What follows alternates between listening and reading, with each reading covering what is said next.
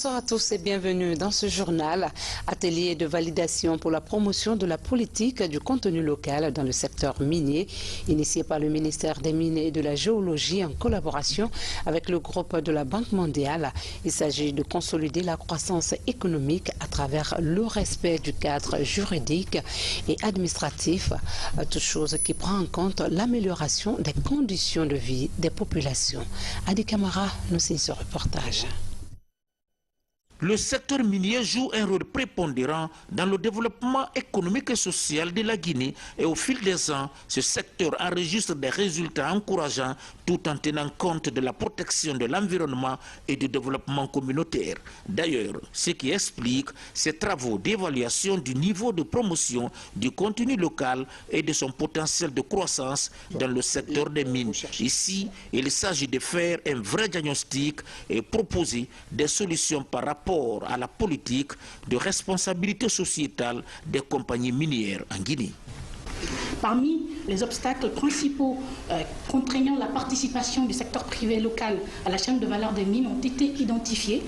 Le climat des affaires, qui est impératif pour la mise en valeur des atouts du pays et pour la création d'un environnement propice à l'essor des entreprises locales. Une capacité financière limitée des PME locales associée à un accès faible au financement. Une faiblesse des infrastructures, notamment d'électricité et de transport, qui entrave le développement économique, un manque d'informations sur les opportunités dans le secteur privé, et enfin un besoin criard de renforcement de capacité des entreprises afin qu'elles puissent fournir des biens et services répondant aux exigences en termes de normes qualité, normes environnementales des entreprises minières.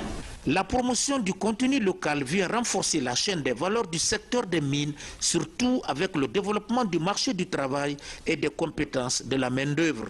L'objectif fondamental de cet atelier, c'est que nous puissions, au sortir d'ici, avoir un plan d'action complet et cohérent, incluant toutes les actions nécessaires pour pouvoir assurer la promotion du contenu local dans le secteur minier et en particulier autour des 11 secteurs d'opportunités, je dirais, immédiates, identifiés par le cabinet. Au terme de cela, bien sûr, nous comptons sur l'appui, la poursuite de l'appui de tous les partenaires, l'engagement continu de tous les acteurs, y compris en particulier les sociétés minières et les entreprises locales, pour que nous puissions, au fur et à mesure, réaliser toutes les actions qui auront été planifiées.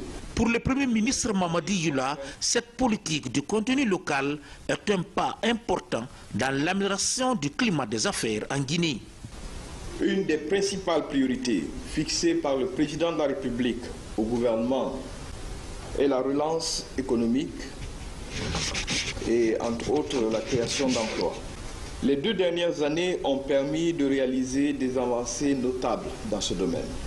Le défi pour nous aujourd'hui est la consolidation de la croissance économique et sa réalisation au profit de la majorité des Guinéens à travers la création d'emplois et d'opportunités d'affaires pour les entreprises locales. C'est à ce titre que la promotion du contenu local constitue une priorité du gouvernement. Elle contribue à faire jouer au secteur minier son rôle dans l'amélioration locale de son impact sur le secteur, mais aussi dans la diversification de notre économie. C'est pourquoi le gouvernement a adopté une politique sectorielle de promotion du contenu local, comme vient de le rappeler M. le ministre. L'étude dont les résultats font l'objet du présent atelier a permis d'identifier les défis et proposer des actions concrètes permettant d'atteindre les objectifs fixés par le gouvernement en termes de réalisation d'opportunités d'affaires et d'emplois pour les locaux dans ce secteur. Avec cet élan, le gouvernement et les partenaires techniques et financiers comme le groupe de la Banque mondiale accélèrent le processus des réformes structurelles du secteur minier afin de promouvoir un type de régulation publique en faveur d'un développement responsable et durable. Et puis le Fonds monétaire international dresse le bilan des économies africaines au sud du Sahara. En Guinée, le représentant résident a présenté le rapport sur les perspectives de l'ajustement budgétaire et la diversification économique. C'était à l'Université générale Lansana Conté de Sonfonia, Boubacarba. Le premier thème porte sur la reprise de l'activité économique qui a nettement ralenti ces dernières années, même si la situation varie d'un pays à l'autre. La croissance moyenne de la région se situe à 3,5% en 2015, le plus bas depuis 15 ans, et devrait s'établir à 3% cette année, contrairement au passé où elle avait atteint les 5 à 7%. Le Nigeria et l'Angola, exportateurs de pétrole, sont dans un environnement difficile. L'Afrique du Sud, le Ghana et la Zambie, exportateurs de produits de base non énergétiques, ont une croissance de 2,5% cette année contre 6 en 2014. La Guinée, la Sierra Leone et le Libéria se remettent de l'épidémie Ebola, tandis que l'Éthiopie, le Malawi et le Zimbabwe pâtissent dans la sécheresse. Cependant, les tensions sur les taux de change se sont atténuées et le déficit budgétaire se stabilise. Par contre, la dette augmente dans toute la région. Le deuxième thème, qui porte sur l'assainissement budgétaire, examine les effets de la production, les variations de recettes et des dépenses de 1986 à 2016. À ce niveau, le conférencier conseille aux États de concentrer les efforts sur la mobilisation des recettes tout en concentrant les dépenses dans des secteurs porteurs de croissance comme l'agriculture, la santé et l'éducation pour éviter de compromettre les perspectives de croissance et réduire les effets sur les ménages.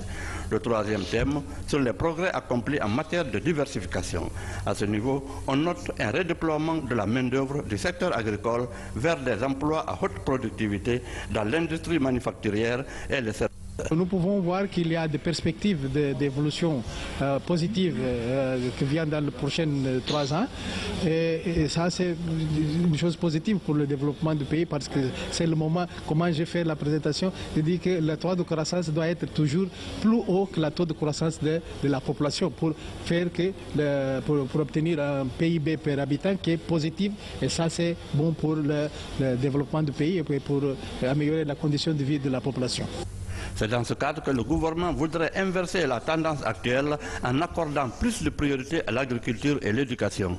Ce recul en réalité est expliqué par 2 facteurs d'ordre exogène et endogène. Interne qui est basé essentiellement sur des produits, des matières premières. Externe, ça c'est dû aux instabilités et aux chocs exogènes que les économies peuvent reconnaître et ressentir à des moments donnés. Lorsque nous produisons ici des articles, on en produit par exemple dans les pays développés, le coût de production au finish est nettement plus bas que le coût de production réalisé ici.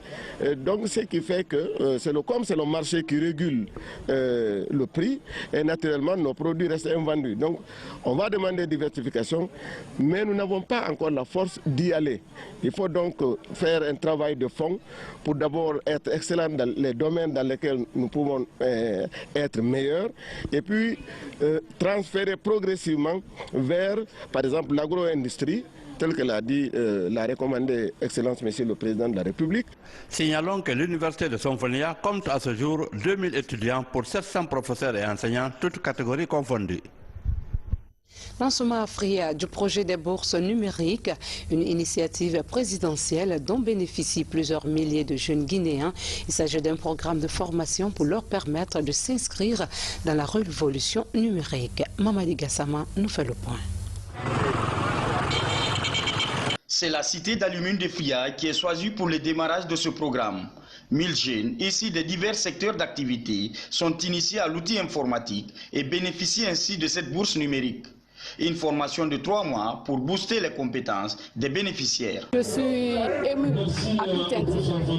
C'est une opportunité pour nous, les Friakas, de suivre des formations de ce genre.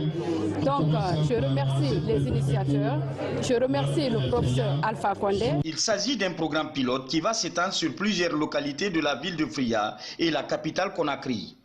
Des milliers de jeunes sont concernés pour accroître leur employabilité et s'inscrire dans la révolution numérique. Ici, dans la cité de l'Alumine, le projet est soutenu par tous les mouvements de jeunes. Fria est constituée aujourd'hui comme étant une pépinière pour cette première tranche. Donc il y a beaucoup d'autres activités qui sont prévues avec des cabinets internationaux avec qui nous sommes en contact pour des séries de formations à la recherche de l'emploi, le leadership et puis mettre en place certains projets de développement durable. Cette initiative présidentielle est portée par un mouvement de soutien au chef de l'État et à la poursuite de son programme de développement. Le choix de Fria pour son lancement est l'illustration de l'espoir qui renaît progressivement dans cette cité. Il est important qu'à l'approche de l'ouverture de l'usine qui a déjà démarré, que les jeunes de Fria soient dans un cadre compétitif pour décrocher un premier emploi. C'est pourquoi on a décidé d'initier cette première étape, cette formation en accordant des bourses numériques à ces jeunes pour leur apprendre et les réinitier et renforcer leurs capacités dans les nouvelles technologies de la communication et de l'information.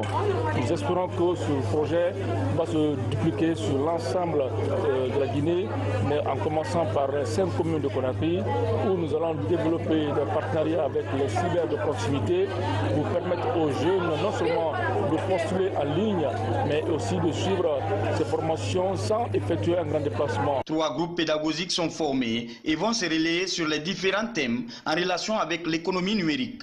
L'objectif de ce programme est de lutter contre le chômage. Et puis fin du projet d'appui aux équipes d'alerte précoce aux épidémies, occasion pour faire une rétrospective sur les activités réalisées de 2015 à 2017. Jenny Ansane. La gestion des épidémies préoccupe les autorités sanitaires guinéennes. Après 3 ans d'intervention sur le terrain, le projet d'appui aux équipes polyvalentes d'alerte et de riposte aux épidémies passe à la restitution de ces activités en Guinée. Notre enseignement, il est que de savoir identifier au sein du ministère de la Santé des compétences qui peuvent être mobilisées immédiatement en cas de risque épidémique, c'est la bonne solution. Ça évite d'ajouter des couches supplémentaires en créant des équipes qui ne feraient que ça. Ce projet est une réussite. Déjà, les ERAR, les 8 équipes régionales sont prêtes. Elles sont installées, elles sont équipées, elles sont opérationnelles. Donc il y a maintenant en Guinée des équipes, il y a un système d'alerte qui existe.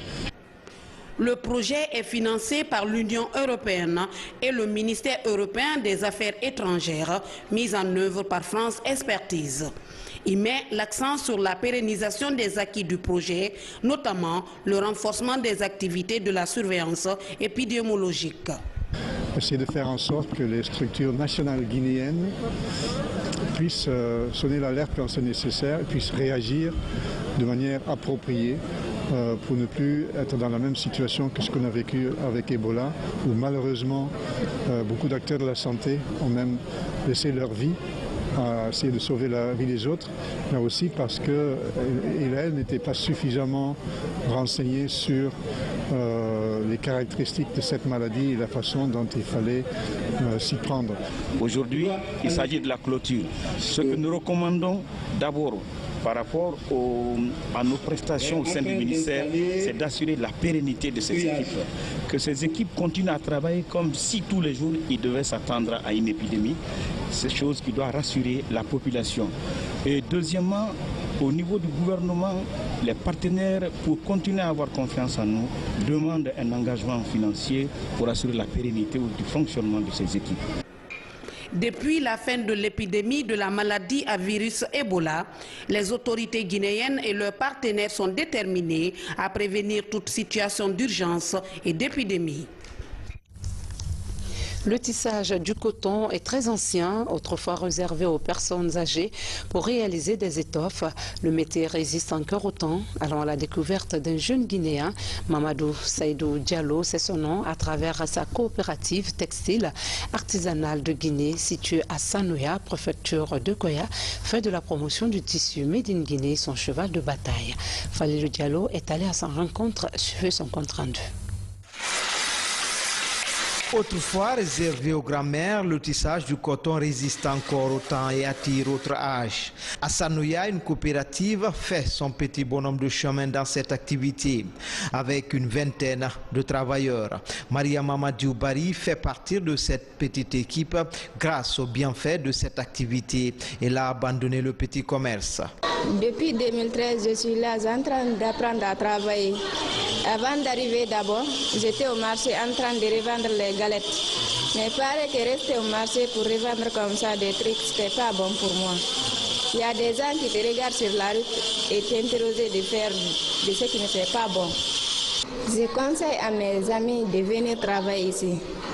Les métiers là sont très bons. Ça aide notre pays. C'est pour notre développement encore. Ça augmente. Tout comme Mariam, Mamadou Boy travaille derrière cette machine depuis plus de 3 ans.